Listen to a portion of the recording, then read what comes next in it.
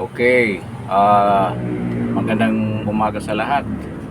This is Justin Talk News PH at salamat sa pagdalo ninyo dito sa Justin Talk News PH. But bago tayo magsimula at pag-usapan natin itong mga hot current issue na nangyayari ngayon, hindi lang sa ating bansa, but also sa buong mundo.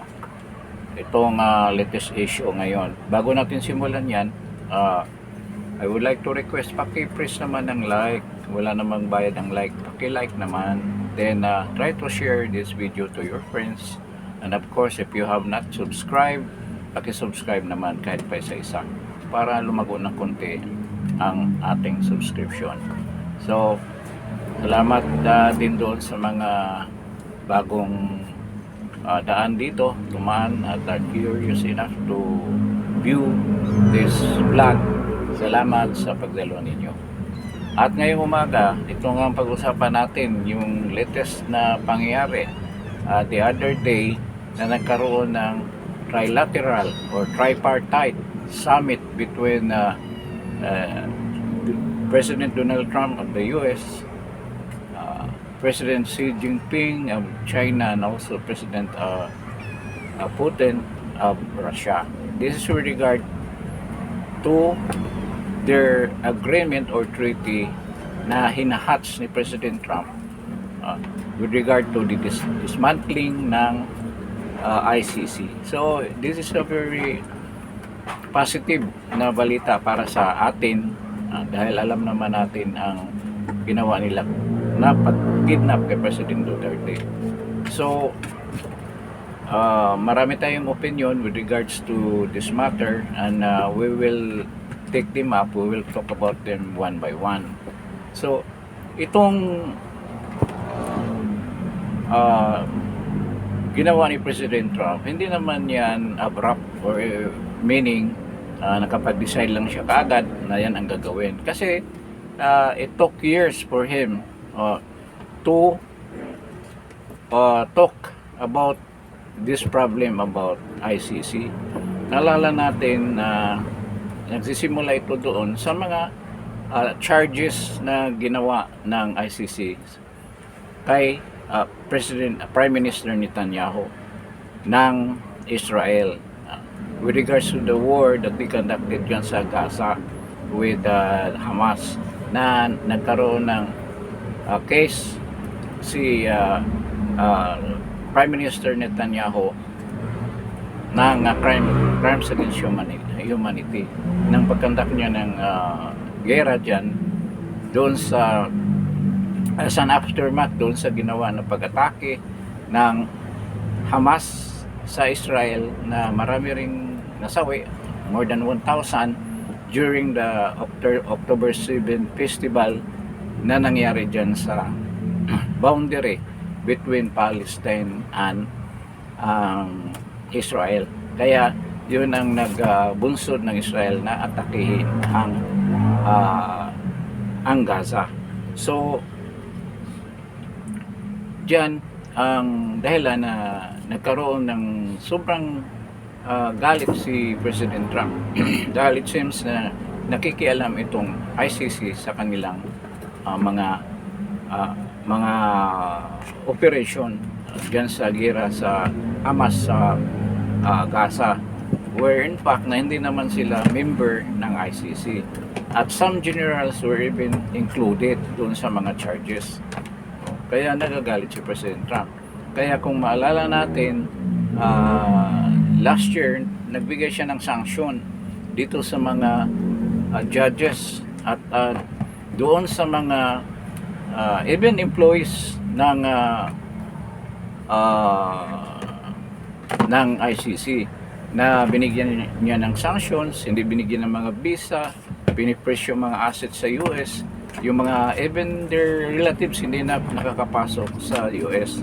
So in that way ang ICC ay nahihirapan sa kanilang operation.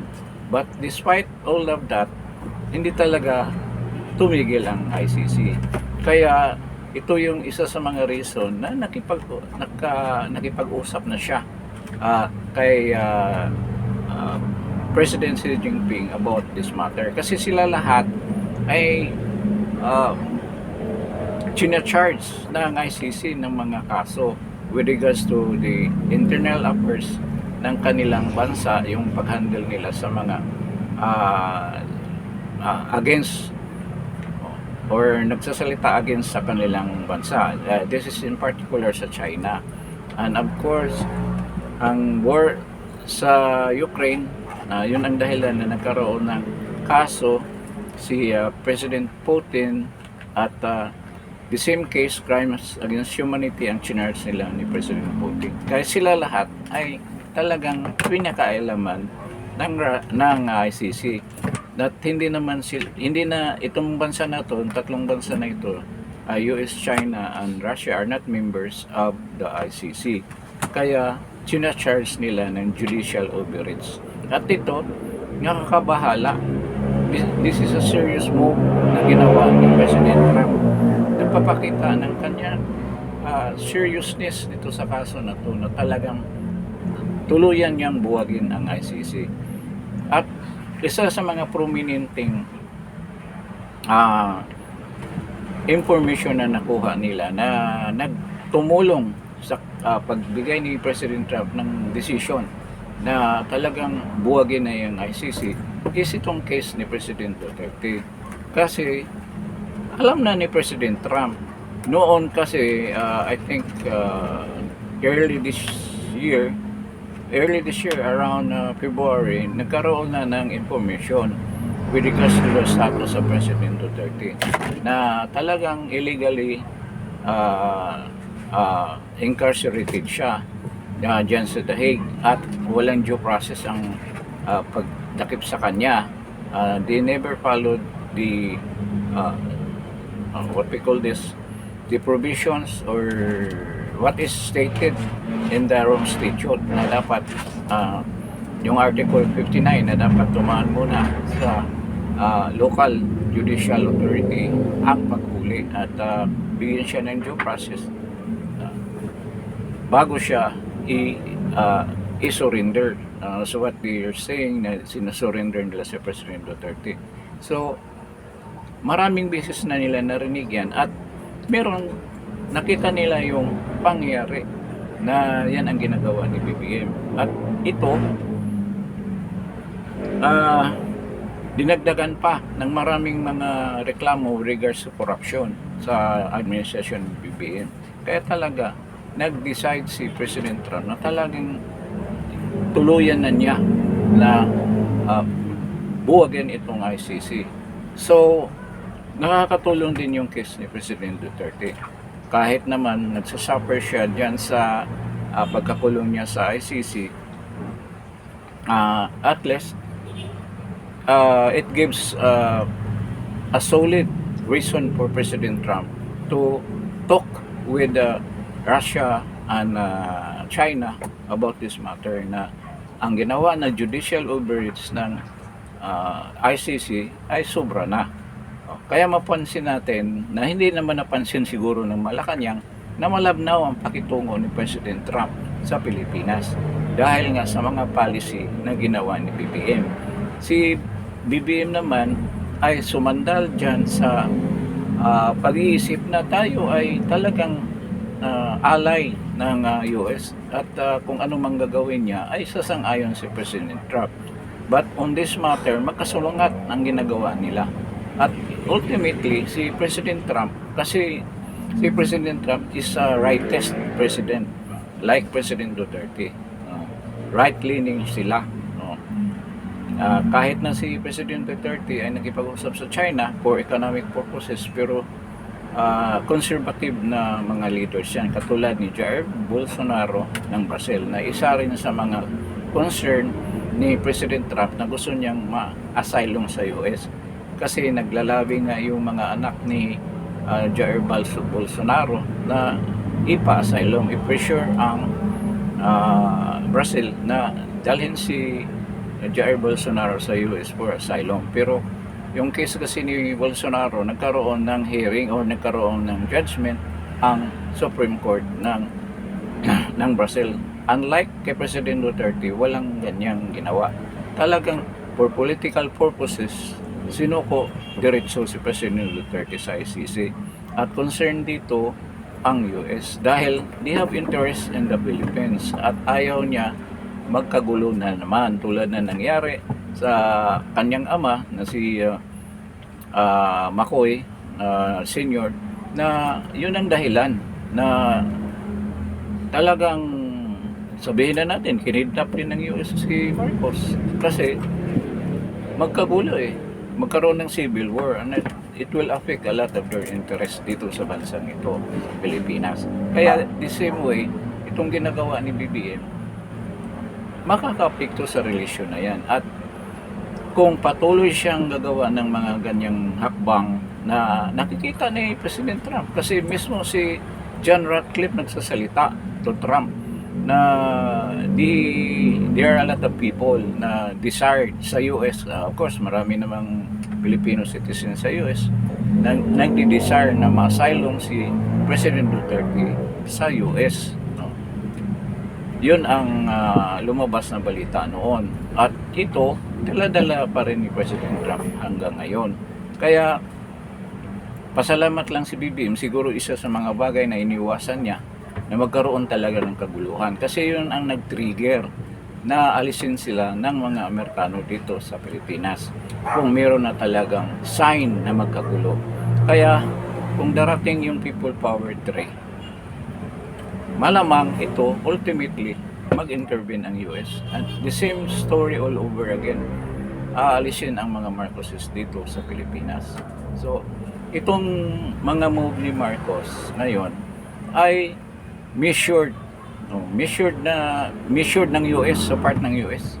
Tinitingnan nila ng mabuti kung anong gagawin nila na hindi naman masira ang relasyon ng US at ang Pilipinas kasi hindi naman permanente yan si BBM. Mapapalitan din naman yan.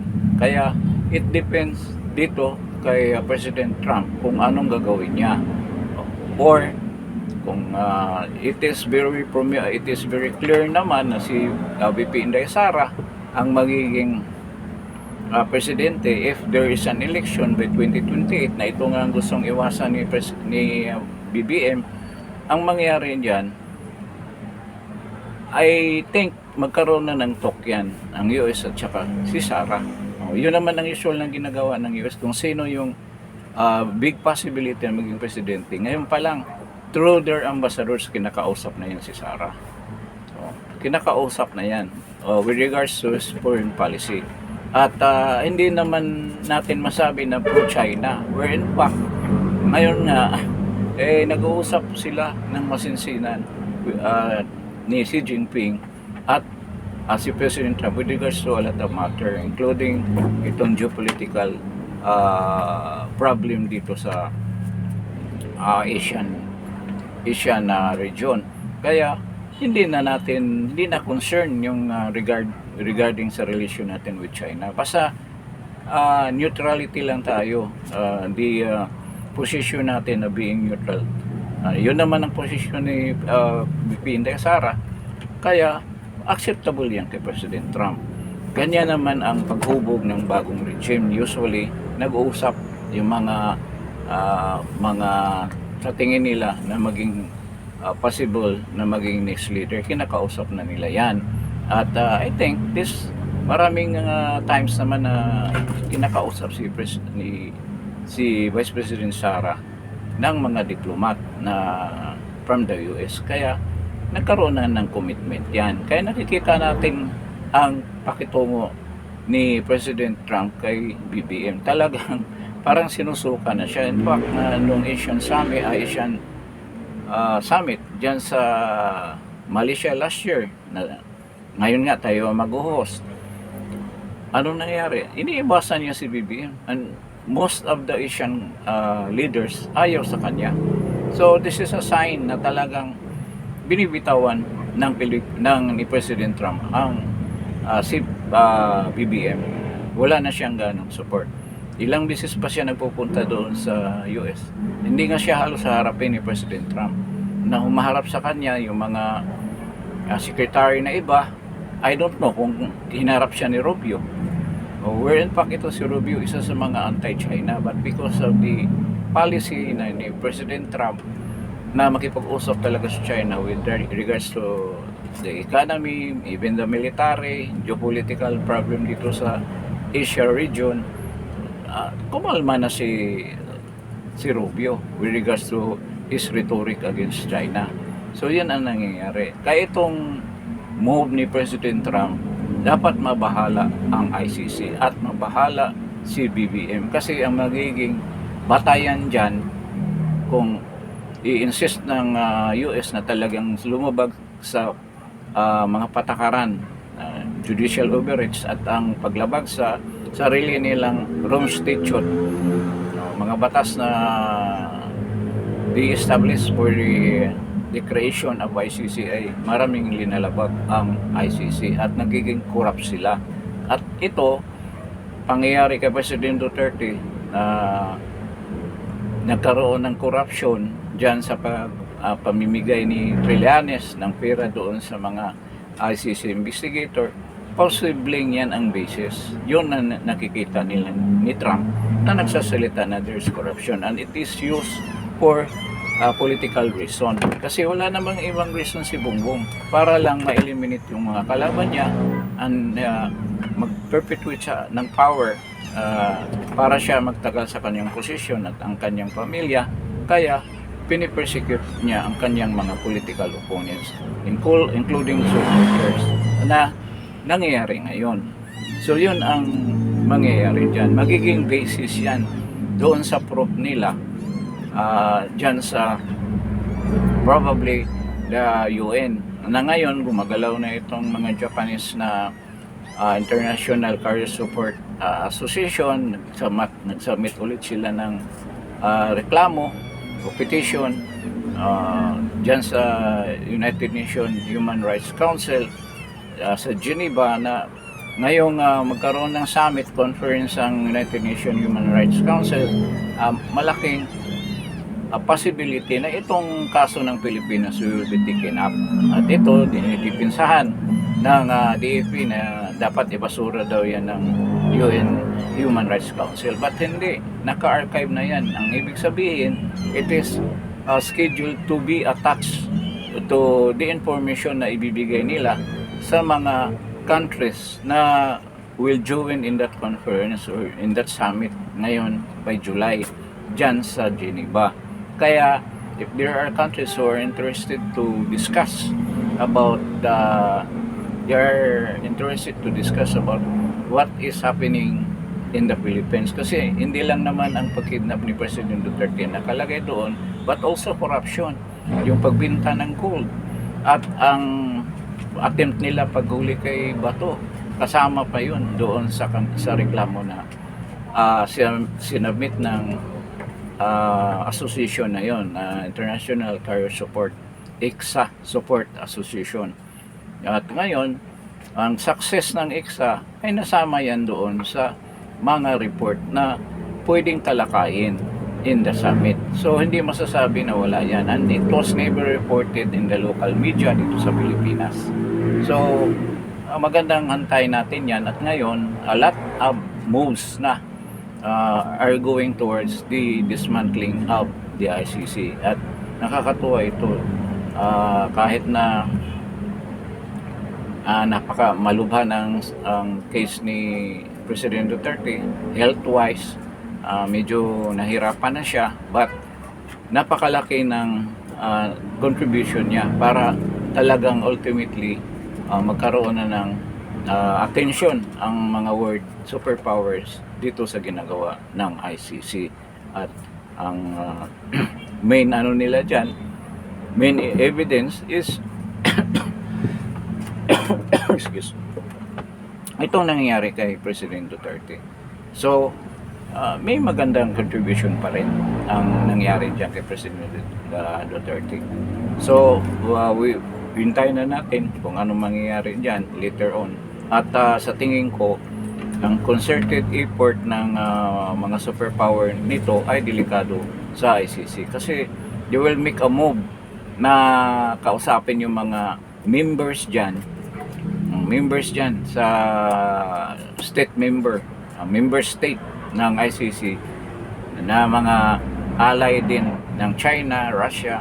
Kausapin nila na itigil na ang kanilang contribution to ICC. So talagang malumpo ng gusto ang ICC. Meron ding isang report, actually prosecutor and nagiging rin siya, defense lawyer ng ibang dinidemanda niyan si American Stephenson, na nagsasabi ng Pilipinas namimilit. Nagagalit sa na kaya napiktuhan ng ICC kasi namimilit. Hindi lang namimilit, naglalagay ng pera para nga ipatuloy yung reklamo or yung charges against President Duterte, yung case ni President Duterte. Kaya yun na nangyari. So nakikita natin na ultimo yung taga-ICC ayaw na talaga na sana ituloy yung kaso dyan. Kaya madali lang naman yan, i-dismiss nila kung ganyan ang thinking nila. Kayaan mo na yung binigay na pera ni ABP, sa inyo na yun. Sa amin naman galing yun eh. Kaya unti-unti nakikita natin ang talagang totoong mukha ng administrasyon ni Marcos. Talagang yan pala ang kanyang direksyon, at pasalamat tayo na meron ng intervention si President Trump at joined by President Xi Jinping, ang President Putin sa Russia. So magandang balita yan para sa atin. So ito, patuloy nga yung sigalot dito. They're trying to manhunt the Bato. 6 na buwan yung nagtago. Hindi rin yung makikita yan. Despite the fact na wala namang warrant of arrest yan. Hindi niyo makikita yan. Hindi niyo mahuhuli si Bato. Mahirapan kayo. Kaya nga yung sinabi ni Narcatis na sayang lang daw yung pera na i-google nila para paghanap ni Bato. Alam mo pala eh. Di ang hanapin nyo yung nangurakot ng flood control. Yun ang huhulihin ninyo mga pulis. Bakit bakit sayangin nyo ang pera ng bayan? At yan, barya lang yan para sa mga politiko dahil mali-malita ang nakukurakot nila sa pera natin. Kaya dapat huwag kang magsalita ng ganyan na mag-surrender. So ang priority mo ang economics, then you're thinking about the tamang hustisya na dapat i-observe ng mga kapulisan. Huwag kang manghuli na wala kang matinong warrant of arrest. Wala nga halos pinapakita na warrant of arrest. Wala, si Trillanes ang nanghuli. Nakita na natin kung saan ang injustice sa bansang ito. So ito si Narcatis, may pagkaano rin eh. Katulad din ni Boeing yan na ni John Vic Remulla. Nandoon pa sa Senado, hindi ka namin hulihin. At noon pa kinausap siya ni Bato na pwede bang mag-safe conduct, ibig sabihin mag-protective custody siya under the PNP. Malaking pagkakamali ni Narcatis, hindi siya pumayag. Hindi na sana niya hanapin si Bato. Pero yun, measured yun. Sinusubukan din niya kung anong reaction ni Narcatis. Ibig sabihin, walang sariling decision si Narcatis. Bakit nag-iba ang isip niya? Ngayon, gusto niya niyang hulihin. Noon, gusto magpa-custody sa kanya, ayaw niya. Sinabi niya, doon sa custodial center ilagay, hindi sa White House ba yan? Yung nasa harapan ng Krami. Yung saan titira yung mga chief of staff, PNP chief. Ayaw niya. Okay, hindi kasi sana problema ngayon. Kaya sunod-sunuran yan si Narcatis. Parang si Boeing, si John Vic Remulla din. Mga tuta yan ni Bangag. So, ganyan ang nangyayari dyan. So, ito ngayon, pilit pa rin nilang baguhin ang pamumuno dyan sa Senate. But I don't know kung hanggang saan yung effort na yan. So, but I will be vlogging that in another session para dito sa topic na yan. So, hanggang dito na lang siguro tayo. So, we are very hopeful na itong ginawa ni President Trump ay mag-materialize that will ultimately dissolve or dismantle ICC. At anong gagawin ni President Duterte?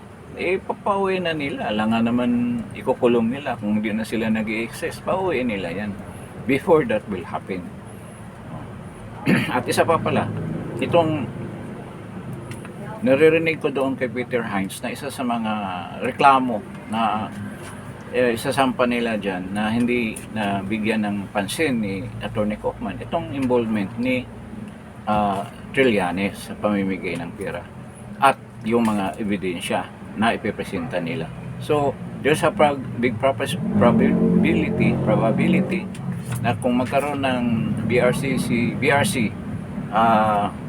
hearing na ipresenta itong mga Marines, there's a big possibility na mag-witness din sila doon sa ICC at ididiin yan si Trillanes sa kanyang pamimigay ng suhol, bribe dyan sa mga ICC investigator. So magkaroon ng investigation yan. So magkaroon ng investigation dito at yung investigation yun ang pruweba na si Trillanes talaga involved in the bribery ng mga ICC investigator. Pinabulaanan ito ng mga prosecutor na hindi daw yan totoo.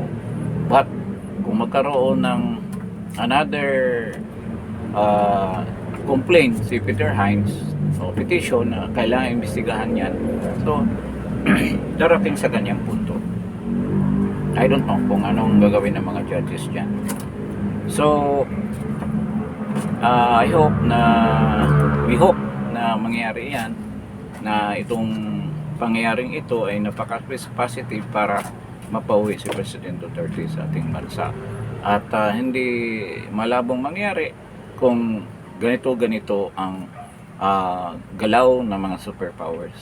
At alam naman natin na talagang gagawin nila yan, lalo na si President Trump. Talagang buo ang isip niya na talagang dismantle na yung ICC. At nagpapasalamat tayo sa kanya kung bilisan niyang kanyang paggawa ng kanyang binabalak. So, hanggang dito na lang tayo sa episode na to at maraming salamat sa pagdalo ninyo dito sa Justin Talk News PH. At before leaving this channel, paki-press ng like, paki-like naman para naman medyo dumami ang views natin. And then paki-share ng video na ito, at of course if you are new to this channel and have not yet subscribed, paki-subscribe. So maraming salamat sa pagdalo ninyo at magandang umaga sa inyong lahat. God bless at ingat lang.